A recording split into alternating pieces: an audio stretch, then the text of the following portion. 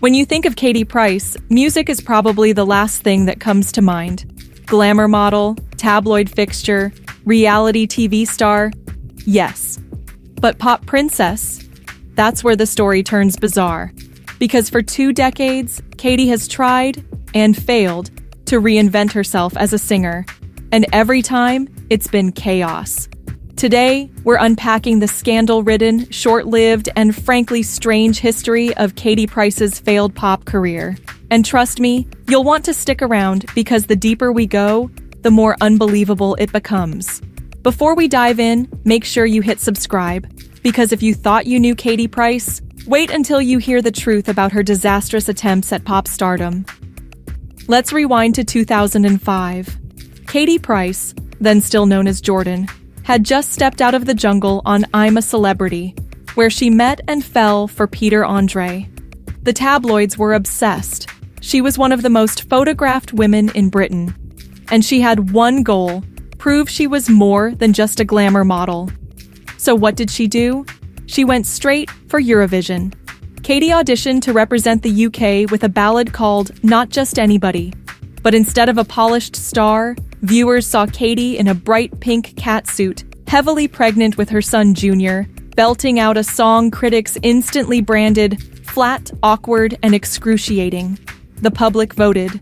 The UK sent Shavine with Touch My Fire instead. And Katie? She was humiliated. But instead of quitting, she doubled down. By 2006, Katie had married Peter Andre. The pair became the nation's reality TV sweethearts. So naturally, they decided to cash in with a joint album. A Whole New World was released that Christmas. It was filled with cheesy duets, Endless Love, I've Had the Time of My Life, Islands in the Stream. Critics ripped it apart. The Guardian called it karaoke night gone wrong. But the shock? The album actually sold 150,000 copies and went gold. Why? Not because it was good, because people were fascinated. Watching Katie Price and Peter Andre croon love songs was like watching a slow-motion car crash. You couldn't look away. Still, the label quickly dropped them. There would be no second album. And when Katie and Peter's marriage exploded in 2009, their pop partnership was over. Katie wasn't done. In 2010, she tried to prove she could stand alone. She released her debut solo single, Free to Love Again. This was supposed to be her big rebirth, a dance pop track to prove she wasn't just Peter Andre's ex. The problem? It was a disaster.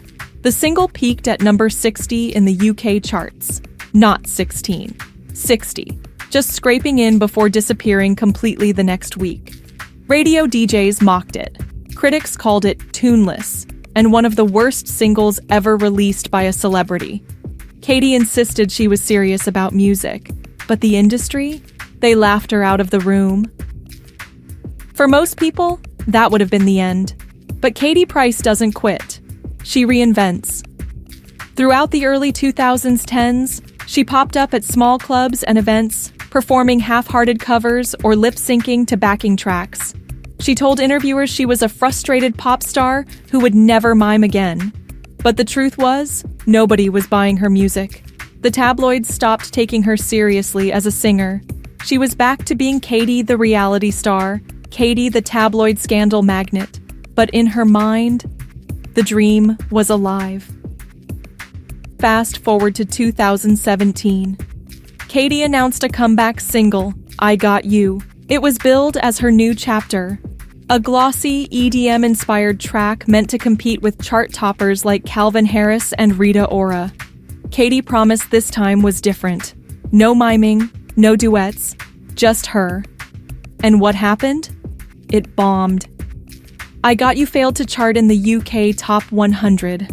Club promoters booked her to perform, but videos of her singing live went viral for all the wrong reasons. Fans described her set as chaotic, tone-deaf, and painful to watch. Still, Katie promoted it relentlessly. She performed at Pride events, small bars, even shopping centers. It didn't matter how bad it sounded. For her, just being on stage was enough. Not learning from I Got You. In 2019, Katy teamed up with DJ Rick Live for a track called Hurricane. Once again, she hyped it up. Once again, the press ridiculed it. And once again, it vanished without a trace. At this point, most celebrities would have quietly moved on. But Katy Price's pop career had become part of her brand. Not successful, but infamous. Every failed attempt kept her in the headlines. And for Katy, headlines are currency. Then came 2024. Katy shocked everyone by appearing on stage at London's Mighty Hoopla Festival. Wearing an all-pink catsuit covered in cutouts of her own face, she strutted, she danced, and she shouted her way through I Got You. The crowd? They loved it. Not because it was good, but because it was pure camp chaos. Social media exploded with clips of fans chanting, Katy, Katy, Katy Poissy. It wasn't a comeback. It was a meme. Katy Price had officially become a novelty act. And now, unbelievably, I Got You has hit #1 on iTunes. Not because the nation suddenly loves her voice, but because fans bought it in sympathy. Katy is bankrupt, drowning in legal battles, banned from her daughter's TV show. Her supporters decided to rally behind her old single as a kind of ironic protest. And it worked. Katy posted online, I'm #1. Thank you all so much. But let's be real. This wasn't a true chart comeback. This was a fan stunt. A short-lived blip in a career defined by flop after flop. So where does that leave us? Katy Price has spent 20 years chasing a music career that never truly existed. Eurovision Humiliation, a cheesy duet album with Peter Andre, a solo single that barely scraped the charts, a string of forgettable tracks nobody bought, and now a bizarre iTunes #1 driven by irony. She isn't remembered as a pop star. She's remembered as the woman who tried to be one and failed spectacularly. Katy once said she was a frustrated pop star who wouldn't let anything stop her. And in a way, she was right. Nothing did stop her. Not failure, not ridicule, not public embarrassment. She just kept going.